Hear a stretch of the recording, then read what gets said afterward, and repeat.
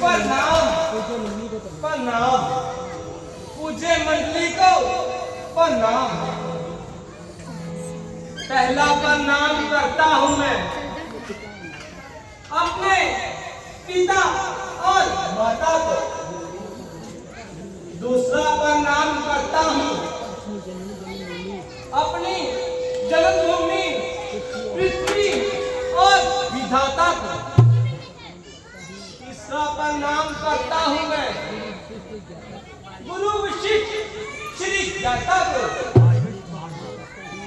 आखिरी प्रणाम करता हूँ मैं महाराज दशरथ सुखदाता को। चिरंजीव रहो मेरे लाल, ऐसा ही होना चाहिए। नहीं शर्म, ऐसा ही होना चाहिए। भारतवर्ष ऐसे सपूतों पर नाच करता है। यूं तारों में चंद्रमा, जल में सुरसरी धार। उत्तर रतन में एक है तू ही सर्वन देव कुमार। कहो पुत्र, राज्यसभा में पधारने का क्या कारण है? गुरुदेव, मेरे माता पिता का अंधापन ही मेरी चिंता का कारण है। मुझे भोजन की चिंता नहीं, वस्त्र और भूषण की चिंता नहीं। चिंता है तो अपने माता पिता के अंधेपन की।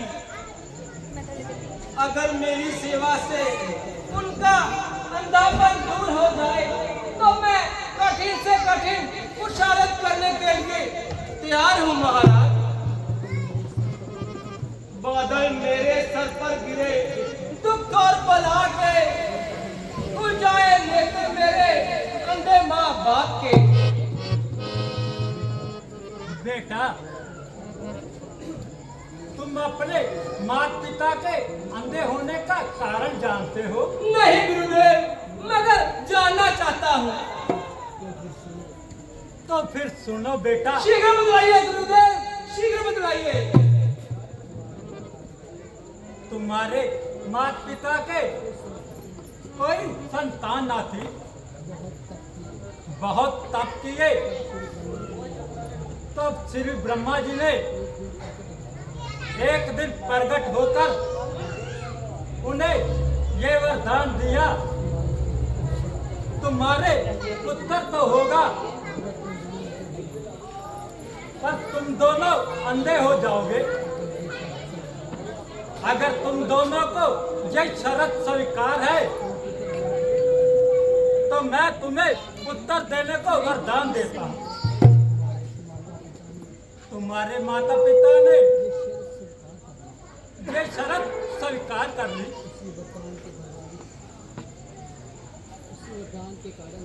उसी वरदान के कारण तुम्हारा जन्म हुआ बेटा। तुम्हें देखना था मंजूर, मगर रहना अंधापे में बड़ी ही जोखों से पाया है तुझे आकर इस बुढ़ापे में। मुझे आज मालूम हुआ कि मैं अपने माता पिता का कितना ऋणी हूँ। इतनी उदारता, इतनी ममता, पृथ्वी पर सोए, पत्ते खाए, सर्दी गर्मी सहन कर घोर तपस्या की और अंत में अंधे होने की शर्त स्वीकार की। अब मैं अपने माता पिता की सेवा में अपने जीवन की बलि देकर संसार को बताऊंगा कि मात पितृभक्ति का उदाहरण ये है। जीवा ना जपे नाम उनका तो जीवा खेत निकालू मैं, जो हाथ ना बने घास उनके तो कट इन्हें भी डालू मैं।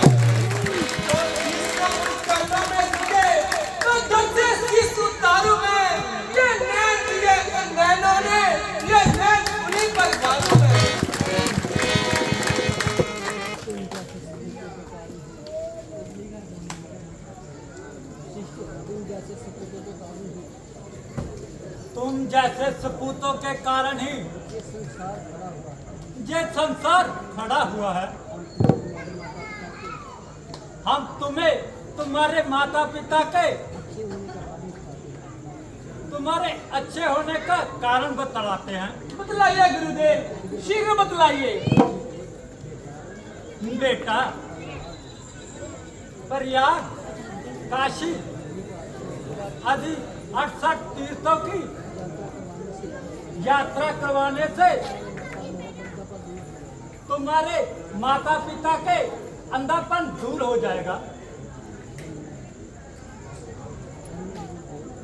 धन्य है गुरुदेव, आप धन्य हैं।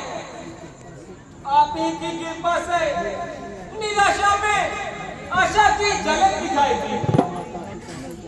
माता पिता को जाकर जैसा बात सुनाऊंगा, पुत्र कवि कहलाऊंगा, जब तीरथ उन्हें करवाऊंगा। बेटा श्रवण, तुम अपने माता पिता को तीरथ कैसे ले जाओगे बेटा?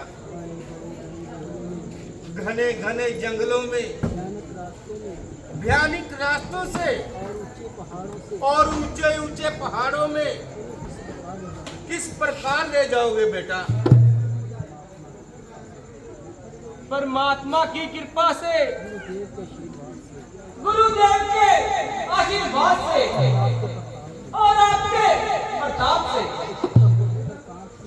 उत्तम पवित्र काठ की एक कांवर बनाऊंगा। ठाकुरों की तरह उनको मैं उसमें बिठाऊंगा। श्रद्धा के साथ फिर मैं एक कांवर उठाऊंगा। कंधे पर होगा भार धर्म का, मैं अपने चढ़ाऊंगा। मालिक है वही, उन्हीं के उद्धार है मेरा। पर जो मेरी भक्ति में है तो पार है मेरा। महाराज, अब मुझे आज्ञा दीजिए और आशीर्वाद दीजिए। मैं अपने कार्य में सफल हो गया। जाओ बेटा श्रवण, अपना ख्याल रखना। जैसी आज्ञा महाराज।